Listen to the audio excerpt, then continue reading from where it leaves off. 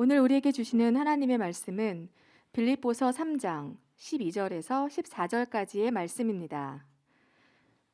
빌립보서 3장 12절에서 14절까지의 말씀입니다. 제가 가진 성경책 신약 성경 321쪽에 있습니다. 읽겠습니다. 내가 이미 얻었다 함도 아니요 온전히 이루었다 함도 아니라 오직 내가 그리스도 예수께 잡힌 바 된 그것을 잡으려고 달려가노라.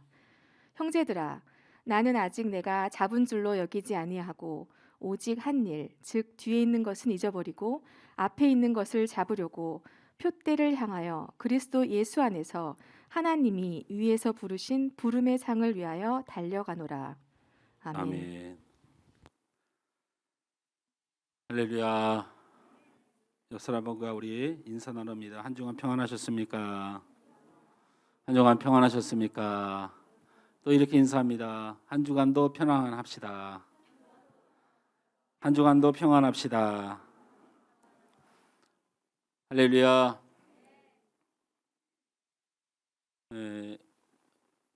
코로나 바이러스를 통해서 세상이 시끌벅적하기도 하고 주변에 많은 뭐 사람들이 코로나에 걸려서 고통도 받고 이제는 내가 걸릴 날만 기다리는 것 같은 느낌도 사실 있어요. 나한테 언제 순번이 돌아올까? 근데 이상하게 2년 전에 처음 코로나가 와서 100여 명도 안 될 때보다 왜 그런지 저는 마음이 더 편해요. 그때는 정말 무슨 일이 벌어지는 줄 알았어요. 그런데 마음이 편합니다. 간절히 바랐기는 감기로 인해서 또 코로나로 인해서 우리 사랑하는 성도들이 건강해지지 않았으면 좋겠고 특별히 우리 면역력이 약하거나 기저질환이 있는 분들 코로나에서 또 육신의 연약함으로 또 넘어지지 않았으면 좋겠습니다. 네, 늘 함께 기도해 주시고 오늘 우리 영화 선생님 기도한 대로 이런 어려운 가운데 더 사랑하고 더 신뢰하고 더 품어주고 더 위해서 기도해 주는 우리 믿음의 성도들 되길 주님으로 축원합니다. 말씀의 제목을 함께 읽었으면 좋겠습니다. 따라합니다. 예수님께 붙잡힌 삶을 살라. 예수님께 붙잡힌 삶을 살라. 이 제목이 좀 어려운 것 같은데 예수님께 붙잡힌 삶이라는 것이 무엇일까를 좀 생각해 보면 그러면 예수님께 안 붙잡힌 삶은 뭘까? 라는 반문을 하면 쉽게 얻을 수 있는 답입니다. 예수님께 붙잡힌다는 걸 막 복잡하게 생각할 것은 없죠. 예수님께 붙잡힌 삶과 예수님께 붙잡히지 않는 삶은 뭘까? 붙잡힌 삶은 믿음의 삶이고 붙잡히지 않는 삶은 믿지 않는 삶이죠. 그렇죠? 붙잡힌 삶은 그분이 하나님이시고 전능하신 창조주시니까 붙잡힐 수밖에 없는 거고 그래서 그걸 하나님을 믿는 사람은 붙잡혀서 하는 거예요. 그런데 내가 왕인 사람은 안 붙잡히죠. 하나님이 하나님으로 여겨지지 않고 전능하신 하나님 만유의 주로 여겨지지 않는데 내가 왜 그분께 붙잡혀요? 내가 붙잡고 살죠. 그렇죠? 그러니까 하나님 앞에 우리 예수님 앞에 붙잡힌 삶이라고 하는 것은 붙잡히지 않은 삶은 도대체 뭔가를 생각해 보면 쉽게 그 제목에 대해서 어려움을 느낄 필요는 없죠. 여러분 사도 바울은 소아시아와 그러니까 예루살렘 이스라엘 옆에 있는 소아시아와 마게도냐, 로마 전 유럽에 걸쳐서 교회를 수없이 많이 세운 사람이고 바울이 이 소아시아와 유럽에 교회를 세우며 복음을 전할 때 여러분 잘 아시지만 마가도 와서 수종을 들죠. 누가도 왔다 갔죠. 베드로도 자기 모든 권위를 내려놓고 이 바울을 세워주었죠.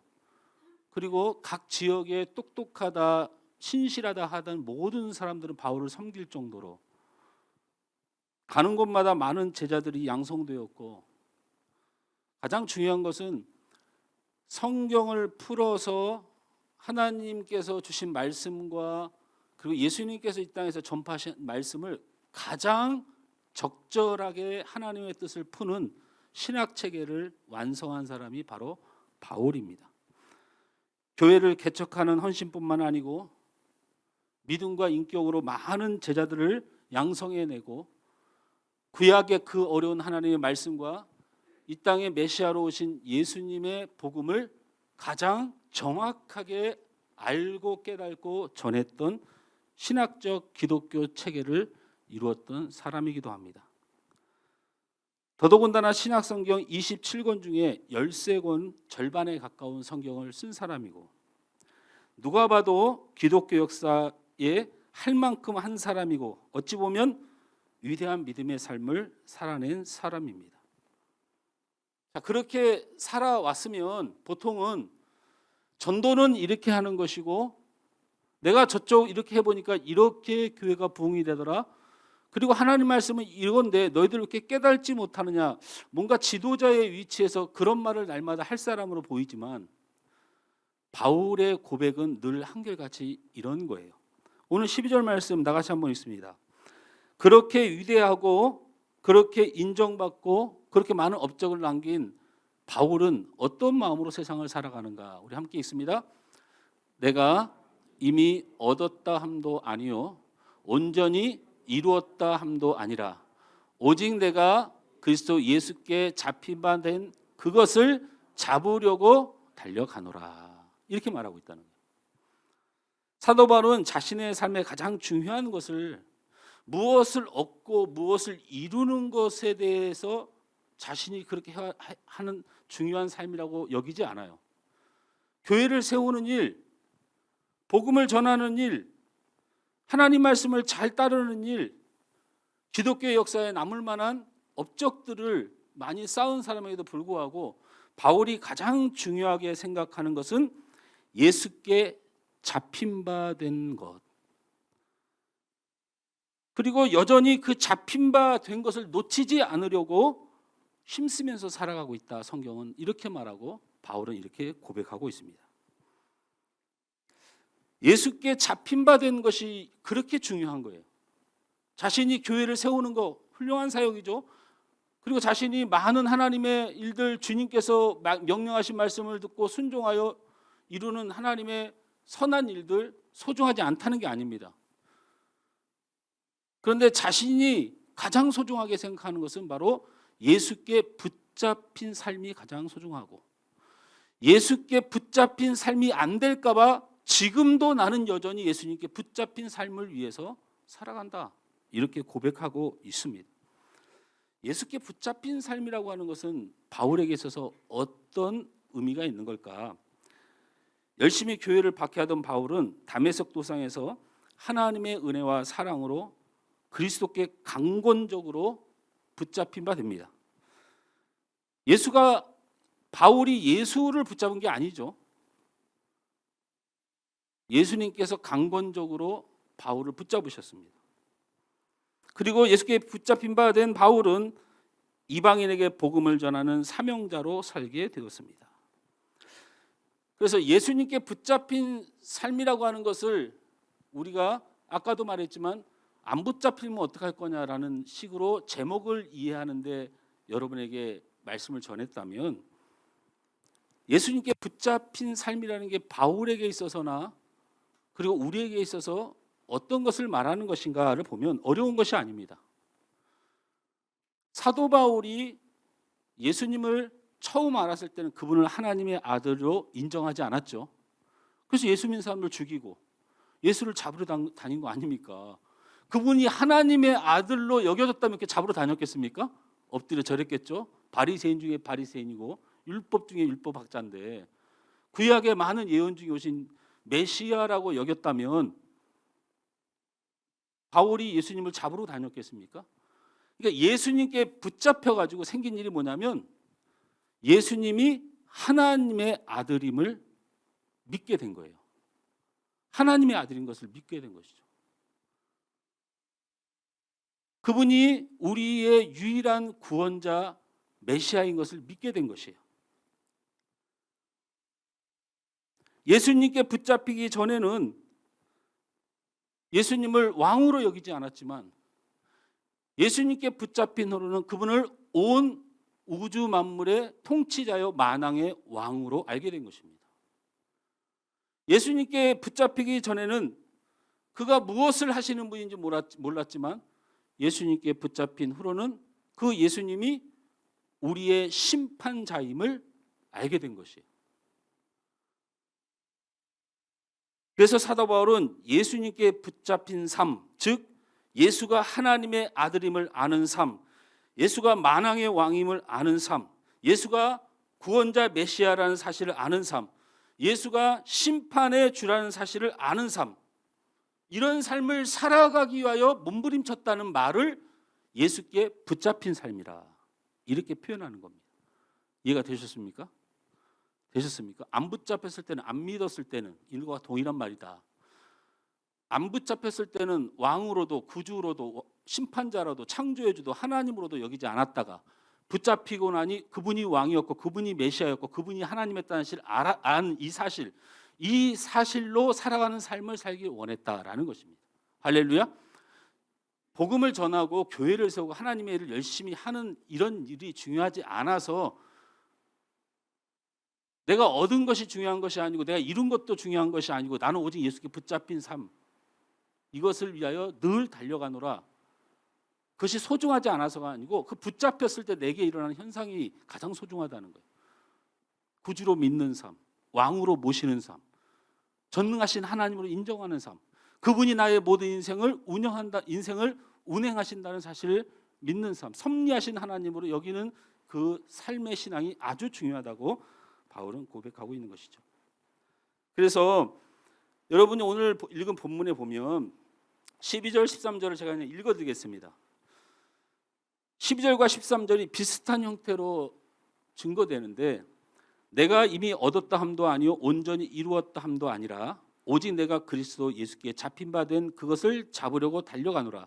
형제들아 나는 아직 내가 잡은 줄로 여기지 아니하고 오직 한 일 즉 뒤에 있는 것을 잊어버리고 앞에 있는 것을 잡으려고라고 말씀을 전하고 있습니다. 어쨌든 바울은 좀 이상한 반응을 보이죠. 어떤 반응입니까? 우리에게 당연히 나타날 반응이 없어요. 아니 교회를 그렇게 많이 건축하고 교회를 그렇게 많이 세웠으면 온 세상에 예수 믿는 목회자들 중에 자랑 안 하는 목회자가 있나요? 없죠. 여러분 교회당 예배당 짓고 자랑 안 하는 목사 보셨어요? 저는 못 봤는데. 성도들 많이 부흥시키고 어깨 피지 않는 목사 흔하지 않습니다. 흔하지 않지 않습니까? 그렇죠? 완전 여러분 잘 알다시피 황제가 되죠. 근데 바울에게 있어서 좀 이상하지 않습니까? 흔히들 인간이 나타나야 되는 반응이 없고 그런 거 아무 의미 없다 이렇게 말하고 있는 거예요. 지금 내가 무엇을 했느냐는 아무 의미 없다. 바울에게 있어서 자신이 전도를 많이 했던, 자신이 교회를 세웠던, 사람들에게 추앙을 받던 바울은 왕이신 하나님 앞에 예수님 앞에 있기 때문에 그게 자신에게 그 예수님 앞에 거들먹거릴 만한 내용이 못 되었던 거예요. 그래서 늘 왕이신 예수님 앞에 긴장감을 가지고 살았어요. 내가 예수님 앞에 부족하다. 내가 하는 것은 예수님 앞에 부족하다. 나는 예수님께 늘 죄인이다. 나는 예수님을 두려워해야 된다. 그분이 나의 심판자이시다. 그분이 내 모든 악한 것을 다 아신다. 내 심령 깊숙이 오셔서 내 모든 것을 아신다. 이 부담감으로 살았다는 증거예요. 이게 만족함이 없는 게 아니고 열심히 일하지 말라는 게 아니고 예수님께 붙잡힌 삶은 그 예수님을 하나님의 아들로 왕으로 믿는 사람이라니까요. 그러다 보니까 늘 바울은 예수님 앞에 긴장하면서 살았어요. 나는 참 부족하다. 늘 죄인이다. 내 모든 죄악을 아시는 그분이. 이런 긴장감을 가지고 살다 보니까 바울 앞에 뭐가 없었어요? 정죄함이 없었어요. 정죄함이 없습니다. 왕이신 그분 앞에 죄인으로 살고 부족해서 살고 날마다 엎드리는 사람이 언제 남 정죄하고 있습니까? 언제 남 정죄하고 있어요? 이런 왕을 모시는 긴장감을 날마다 가지고 있었다라는 겁니다. 이게 아주 중요한 일이에요. 둘째는 많은 것을 이루었음에도 불구하고 여전히 열심히 하는 이유는 재미있어서 하는 게 아니더라라는 거예요. 바울이 열심히 복음을 전하는 재미있어서 하는 게 아니고요. 왕이 명령하셨기 때문에 하는 거예요. 왕이 명령하셨기 때문에 하는 거예요.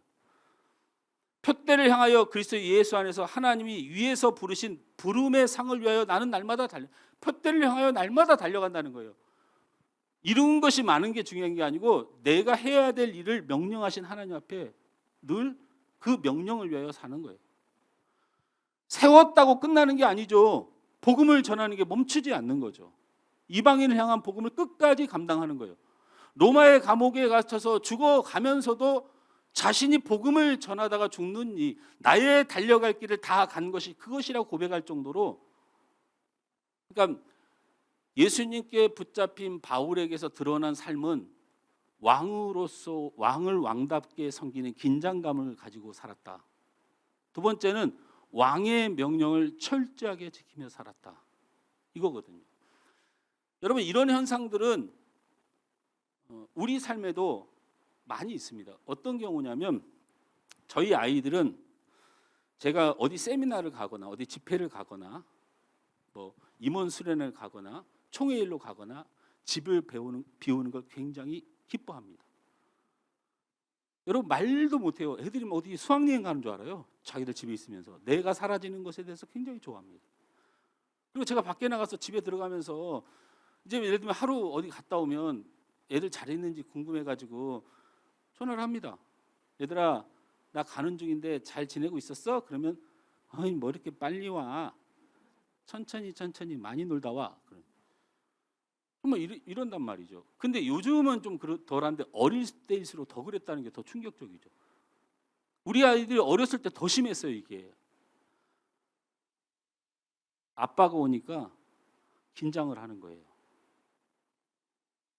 내가 뭐라고, 내가 얼마나 사랑하는데, 내 자식이고 내가 사랑하는 거하고 상관없어요.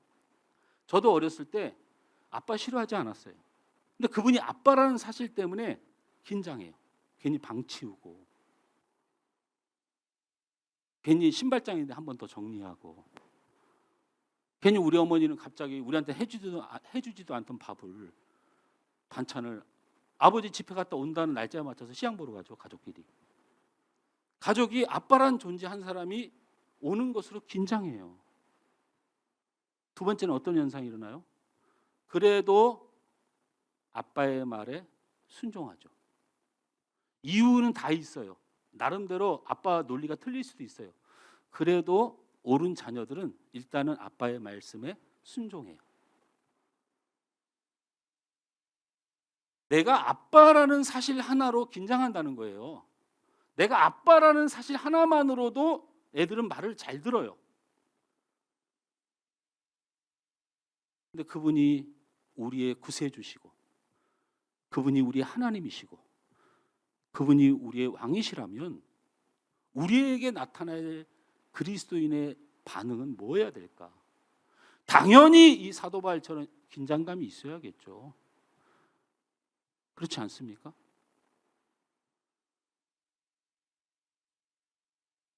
그래서 예수님이 여러분을 붙들었다면, 그리고 여러분에게 예수님이 왕이시라면 우리에게 나타나야 될 현상, 그 첫 번째가 바로 영적인 긴장감이 내 안에 가득해야 돼요. 영적인 긴장감이 가득해야 됩니다. 예수를 믿는다, 예수를 영접했다, 거듭났다, 이것은 구원의 용어지요. 믿는다, 영접했다, 내가 새로운 삶을 산다, 이거는 그냥 글입니다. 글.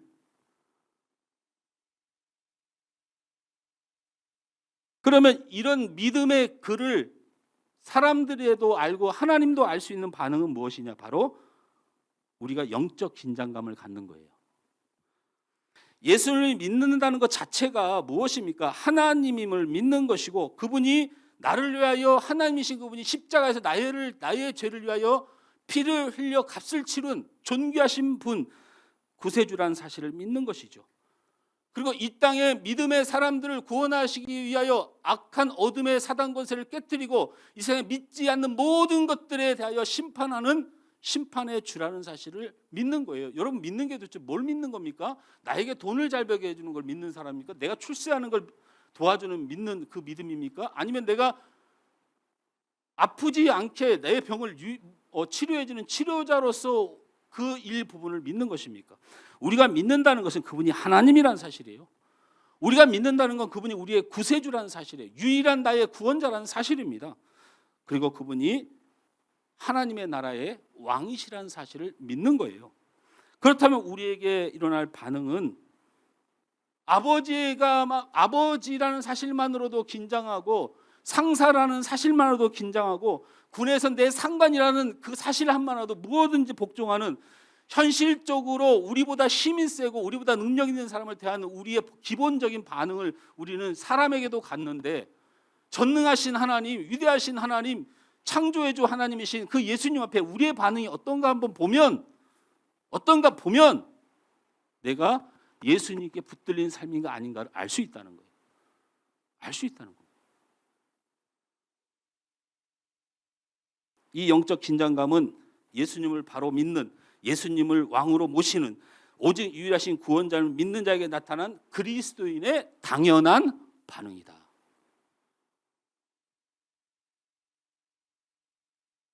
그래서 바울이 그렇게 고백한 거예요. 지금 내가 한 번 잘했다고 하나님이 보시고 계신데 나는 늘 잘못하다 어쩌다 한 번 잘했다고 이게 무슨 자랑이 되겠느냐고 하는 그 긴장감에 자동적인 겸손함이 생기는 거예요. 지금 자동적인 겸손. 나는 한 거 없어. 그런 말 하지 마. 내가 얼마나 마음이 악한 사람인데, 내가 얼마나 많은 사람들을 미워하는데 뭘 한 번 내가 밥 한 끼 사준 거 가지고 뭐 사랑, 그런 말 하지 마. 누구 때문에? 나를 다 아시는 하나님 때문에. 우리의 신앙이 무너지고 무뎌지는 가장 큰 원인이, 현대 기독교인에게 있어서 가장 큰 문제가 뭐냐면 바로 예수님 앞에 영적 긴장감이 없어져서 그래요. 여러분, 다른 신앙에 문제가 있는 게 아니에요. 우리가 예수님 앞에 영적 긴장감이 완전히 사라졌어요. 남을 미워해도 아무 거리낄 게 없어요. 내가 왕이다 보니까 예수님은 눈에도 안 들어. 아니, 내게 소원이 안 이루어지면 그렇게 싫으세요? 그렇게 많이 들어주셨는데 긴장감이 없어요. 모든 것이 당연히 있어야 될 것으로 여기고 사십니까? 그 창조주 하나님이 없이 천만 가지를 여러분에게 부어주신 거예요. 여러분이 이 땅에 있게 하셨고 살게 하셨고 생명과 물질을 부어주셨고 여러분을 치료하여 주셨고 여러분을 사랑하시고 붙드시고 지켜주셨어요. 한순간도 그 하나님의 은혜로 살 수 없는 우리를 매 순간 지켜줬는데, 영생하지 못하는 우리의 육신, 이 땅에 잠깐 왔다 가는 인생 살면서 그거 한두 가지 막히고 안 된 것 때문에 온 세상이 무너지면 여러분에게 하나님은 누구이고 여러분에게 예수님은 누구냔 말이죠.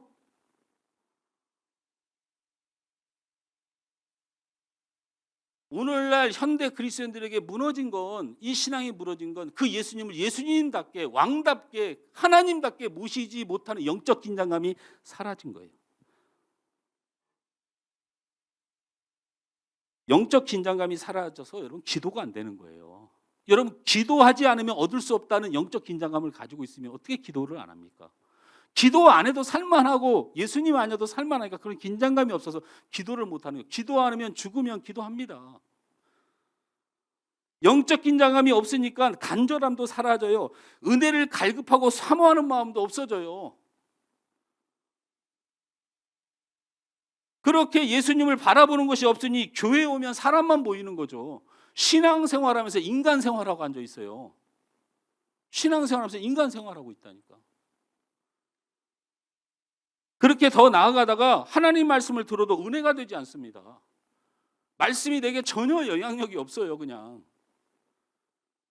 그러면 이제 끝난 거죠. 하나님 말씀도 내게 영향력이 없고 기도도 내게 영향력이 없고 전능하신 하나님의 바라보심도 내게 아무 영향력이 없으면 나는 끝이 난 거 아닙니까? 그 다음부터 어떻게 되냐면 하나님이 거추장스러워요.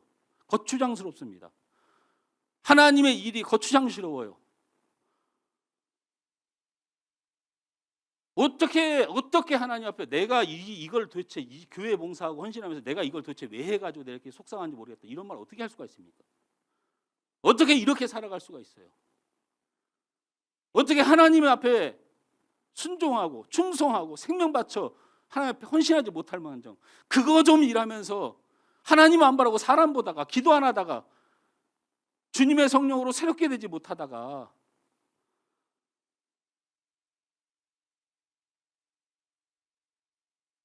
그분이 이미 내게 구주도 하나님도 아닌 거죠. 현대인들의 신앙 문제가 바로 이것입니다. 하나님과 예수님 앞에 전혀 긴장하지 않는다는 거죠. 두려워하지 않는다는 거죠. 관심도 없다는 겁니다. 의식도 하지 않는다는 거죠. 하나님을 의식하고 생각하고 행동하지 않습니다. 이러한 신앙, 이런 영적 긴장감 있는 신앙, 이것을 믿는 사람이다라고 말할 수 없을 뿐더러 이런 사람을 예수님께 붙잡힌 삶이라고 할 수 없다는 거예요. 그래서 바울이, 이제 이해가 됩니까? 바울 선생님의 가장 중요한 게 뭡니까? 저는 예수님께 붙잡힌 삶이 가장 소중합니다. 그분을 두려워하고 그분 옆에 있어서 늘 죄송하고 나의 구주인 것이 감사하고, 그래서 나는 앞으로도 계속 예수님 앞에 붙잡힌 삶을 나는 살기 원합니다. 이제 바울이 이해가 되십니까? 옆 사람에게 축복합니다. 영적 긴장감을 가지고 삽시다. 다시 한번 인사합니다. 영적 긴장감을 가지고 삽시다.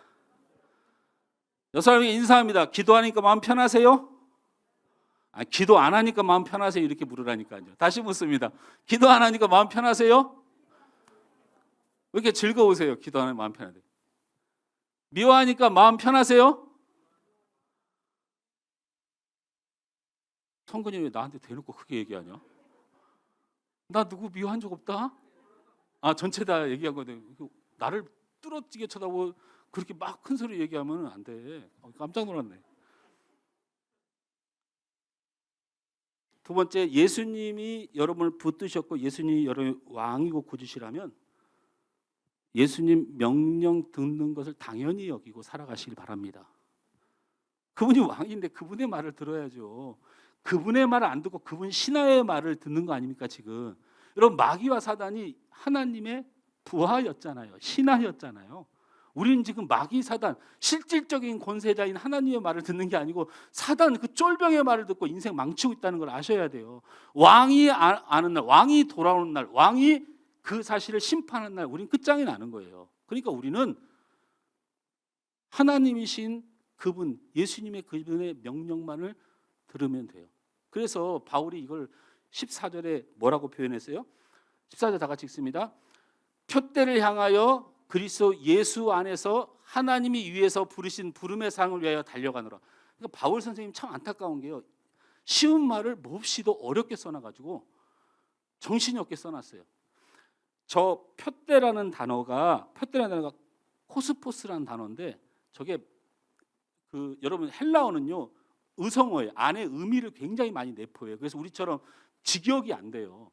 그래서 코스포스라는 단어는 뭐냐면 저 결승점에 있는데 거기에 깃발이 놓여진 상태를 말해요. 그래서 바울은 예수님께서 너 저 깃발을 잡으러 생명 다해서 달려가 이렇게 명령하셨다고 하는 거예요. 그래서 예수님이 명령하셔서 그 깃발을 향하여 열심히 달려가는 삶을 산다는 거예요. 그래서 깃발에 딱 가보니까 거기에 뭐라고 써냐면 복음을 전하라 이렇게 써 있었다는 거예요. 이방에게 복음을 전하라 명령하셨다는 거예요. 그래서 하나님의 명령을 뜻해요. 표대란 하나님의 명령, 우리 예수님의 명령, 이것을 뜻해요. 그래서 여러분, 바울이 예수님께 붙잡힌 삶으로 변한 건 하나도 없어요. 예수 복음을 이방 가운데 전한 거예요. 교회에 세우기 위해서 다닌 게 아니고 제자들 양육하려고 다닌 적이 없어요. 바울은. 여러분, 바울이 3차 전도여행을 하면서 자신이 교회를 세우고 그런 게 아니에요. 복음을 전하여 모여서 예배하는 일밖에 안 했어요. 그게 다예요. 고린도서 11장을 보면 바울의 고난에 대해서 언급하고 있는데요. 바울이 옥에 갇히기도 하고 매도 수없이 맞고 여러 번 죽을 뻔하였고 40의 감한매를 5번이나 맞고, 여러분 40에서 한 대 감한매가 뭐냐면 39대를 때려요. 왜냐하면 사람을 죽기 직전까지 팬다는 뜻이에요. 이게 그렇게 5번을 두들겨 맞고 3번 태장으로 맞고 1번은 돌로 맞고 자지 못하고 줄이며 목마르고 여러 번 굶고 춥고 헐벗었다고 이야기해요. 이게 바울을 보는 다른 사람들의 증언이에요. 쟤 저렇게 왜 사냐? 그러니까 죽기로 살았다는 거야. 두들겨 맞고 돌에 맞고 배고파 죽고 감옥에 갇혀 죽고 사람들한테 미움받고 먹을 것도 못 얻으면서 그렇게 바울이 살았다는 거예요. 무엇을 위해서? 자기의 명령하신 복음 증거하는 사명을 위해서 그렇게 살았다는 겁니다.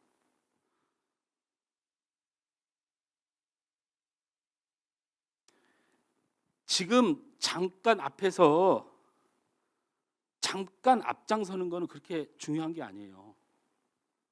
끝까지 가서 표대를 잡는, 끝까지 복음을 전하는 게 중요한 거예요. 지금 잘 안 되는 건 여러분 마음 쓰지 마세요. 제가 우리 교회 부흥을 위해서 2가지를 놓고 기도해요. 하나는 예수 안 믿거나 예수를 안 믿기로 작정한 사람들 또는 예수님 앞에 믿음이 온전치 못한 사람들이 교회에 가득 차게 해주세요. 돌아오는 사람들이. 옆에 교인 이렇게 기도를 안 해요.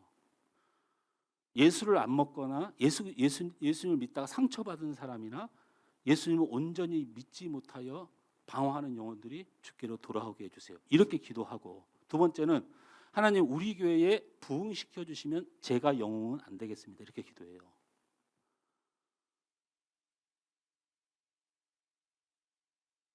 여러분 교회의 영혼 구원을 위해서 끊임없이 기도하셔야 돼요.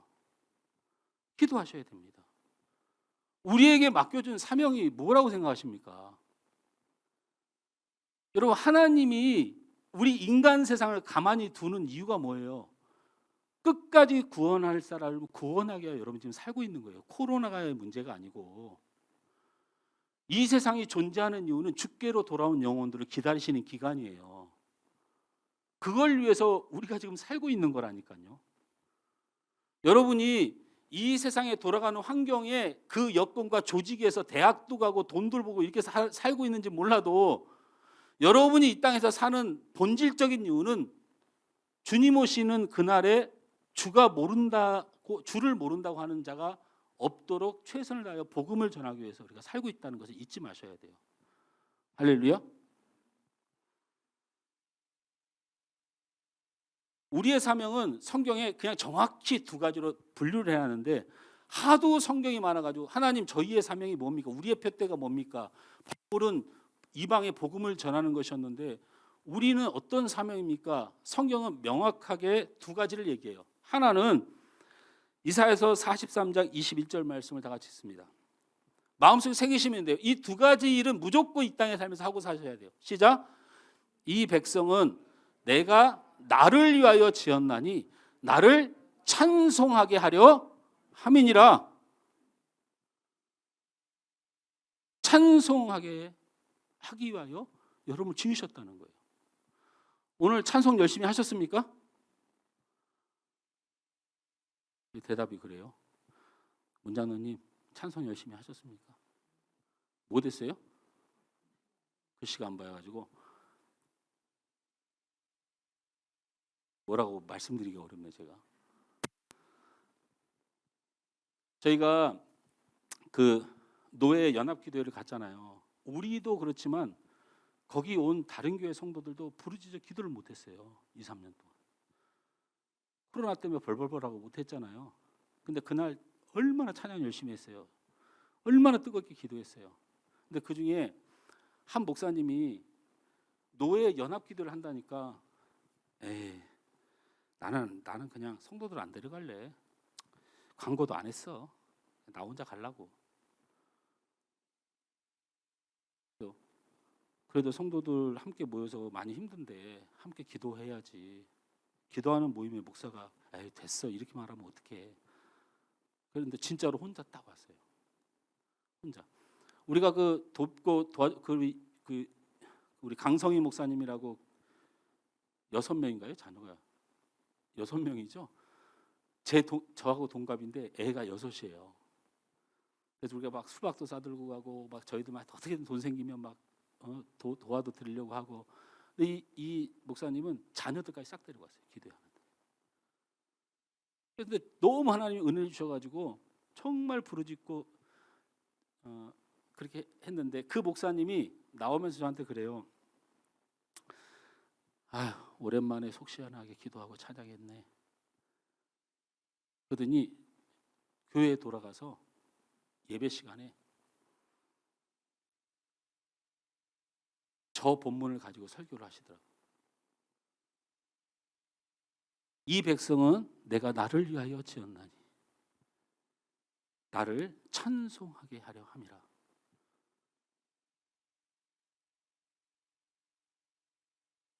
하나님은 우리를 예배하게 하고 찬송하게 하려고 지으셨어요. 우리가 이 땅에 지음을 받은 유일한 이유가 하나를 뽑으라면 하나님을 예배하며 그분을 높이기 위하여 지으셨어요. 일주일 내내 여러분을 위하여 하나님이 힘쓰시잖아요. 그 1시간 하나님 앞에 나와서 예배하는 거 여러분 뜨겁게 회복되시기 주님을 축원합니다. 뜨겁게 찬송하길 축원합니다. 두 번째는 뭐라고 얘기합니까? 누가복음 4장 18절 19절 말씀 나같이 읽습니다. 시작. 주의 성령이 내게 임하셨으니 이는 가난한 자에게 복음을 전하게 하시려고 내게 기름을 부으시고 나를 보내사 포로된 자에게 자유를 눈먼 자에게 다시 보게 함을 전파하며 눌린 자를 자유롭게 하고 주의 은혜를 전파하게 하려 하심이라 하였더라. 이 말은요 예수님이 하신 말씀이기도 하지만 예수님이 이사야서 61장에 있는 말씀을 인용해서 자신을 향하여 넌 뭐하는 사람이냐고 막 손가락 칠 때 이 말씀을 선포해요. 예수님 뭐라고 말씀하시냐면 주의 성령이 내게 임하셨으니 이는 가난한 자에게 복음을 전하게 하시려고 내게 기름을 부으시고 나를 보내사 포로된 자에게 자유를 눈먼 자에게 다시 보게 함을 전파하며 눌린 자를 자유롭게 하고 주의 은혜를 전파하게 하려 하심이라고 외치니까 많은 사람이 은혜를 받습니다.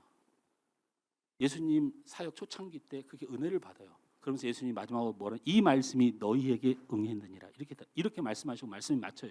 이게 무슨 말이냐면 이게 너희가 살아가는 이유다 그 뜻입니다. 우리는 복음을 전하기 위해서 주님의 은혜를 전하기 위해서 이 땅에서 살아갑니다. 평생 여러분 살면서 예배 때문에 불평하지 마세요. 제가 제발 부탁드립니다. 여러분이 예배의 주인공이면 불평을 하세요. 여러분을 위해서 준비가 안 된 거면 짜증도 내시고요. 근데 여러분 하나님을 위해서 예배하는 거면 여러분만 잘하면 됩니다. 아닙니까? 찬양의 은혜가 안 돼도 찬양팀이 은혜가 안 돼도 짜증내면 안 돼. 그지? 우리 간사님을 위한 예배 아니잖아. 누구를 위한 예배예요? 하나님을 위한 예배. 교회에서 신앙생활을 헌신하고 봉사하면서 짜증내지 마세요. 여러분을 위해서 할 거면 짜증내셔야죠. 계산하셔야죠. 하나님을 위해서 하는 거면 여러분만 잘하시면 돼요. 복음을 전하는 일을 여러분이 판단하고 어느 때까지 해야 된다고 고민하지 마세요. 주님 다시 오시는 그날까지 우리는 복음을 전하는 명령을 받았어요. 바울이 지금 전도 잘 되는 거 지금 안 되는 거 나는 그런 거 관여하지 않는다. 내가 해야 될 일이 표때 곧 전도하는 사명이기 때문에 나는 그것만 할 뿐이다라는 거예요. 여러분 세상에서 말합니다. 전도는 끝났다. 교회에서는 말합니다. 전도는 끝났다. 온 세상에 복음이 전파될 때 거기는 절대 복음이 안 들어갈 거야. 안 그런 나라가 있나요? 뭐 복음 거기는 잘 들어갈 거고 거긴 전도가 잘 될 거야. 그런 나들이 부흥하고 예수 믿는 사람이 늘어갔나요? 안 그렇습니다. 거기는 절대 예수를 안 받아들일 거야. 로마가 깨졌습니다. 거기는 절대 예수를 안 믿을 거야. 우리나라가 깨졌습니다.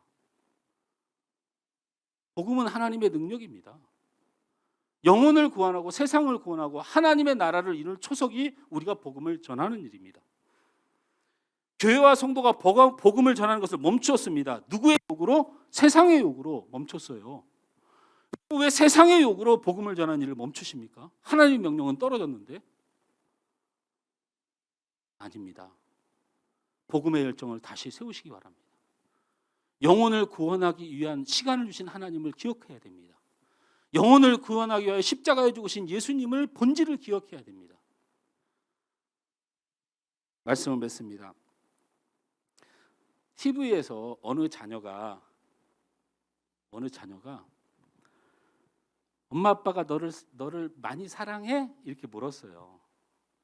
그랬더니 자녀가 뭐라고 얘기했냐면 엄마 아빠가 열심히 사는 건 알지만 나를 사랑하는지는 잘 모르겠어요. 이렇게 말하더라고요.